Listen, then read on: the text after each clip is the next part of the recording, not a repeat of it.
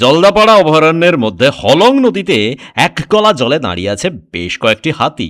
তাদের ওপর তাদের মাহুতরা। হাতির দল অদ্ভুত শান্ত। আর মাহুতরা হাতির পিঠে বসে শারীরিক কসরত করছেন। প্রতিদিন যে তারা এটা করেন তা নয়, তবে আজ তারা করলেন, কারণ আজ বিশ্ব যোগ দিবস।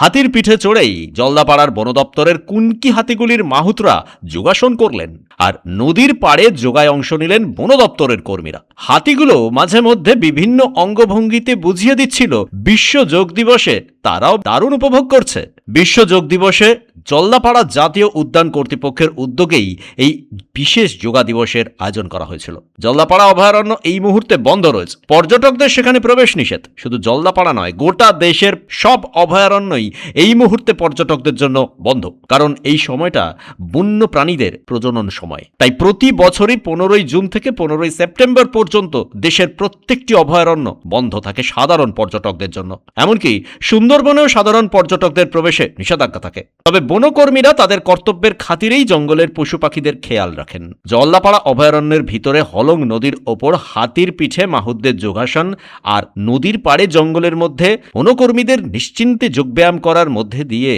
বনকর্মী ও বন্য প্রাণের এক অদ্ভুত মেলবন্ধনের ছবি ফুটে উঠল। বন দপ্তরের দাবি, সুস্থ জীবনযাপনের বার্তার পাশাপাশি মানুষ ও বন্য প্রাণের সহাবস্থানের গুরুত্ব তুলে ধরতেই এই উদ্যোগ নেওয়া হয়েছে। ব্যুরো রিপোর্ট, পূবের কলম ডিজিটাল।